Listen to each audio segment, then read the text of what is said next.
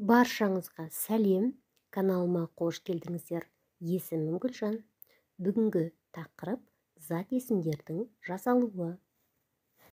Зат есімдердің жасалуы. Біріншіден, есімдерден зат есім тудыратын жұрнақтар. Екіншіден, етістіктерден зат есім тудыратын жұрнақтар. Есімдерден зат есім тудыратын жұрнақтар. Ш. Мысал келтірсек, жұмысшы, биші. Шылық, шілік. Мысал, адамгершілік, жұртшылық. Келесі, лас, лес, дас, дес, тас, тез. Жұрнақтар арқылы. Мысалы, сабақтас, жолдас, сыныптас, салалас. Келесі, лық, лік, дық, дік, тық, тік. Мысал, орындық, қорлық, қашықтық. Келесі, хана.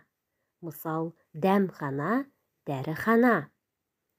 Келесі, етістіктерден зат есім тудыратын жұрнақтар. Маме, бапе, папе.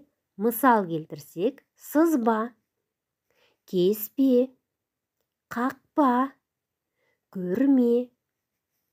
Келесі, қын, кін, ғын, гін.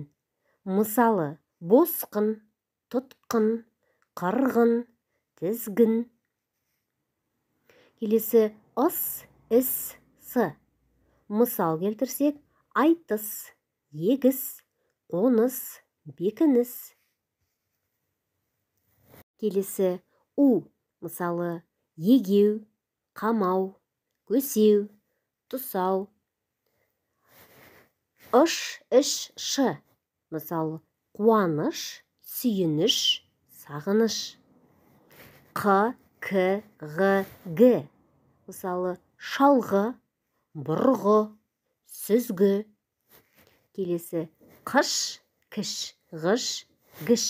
Мысал, сызғыш, сорғыш, басқыш. Сіздерге түсінікті болды деп ойлаймын.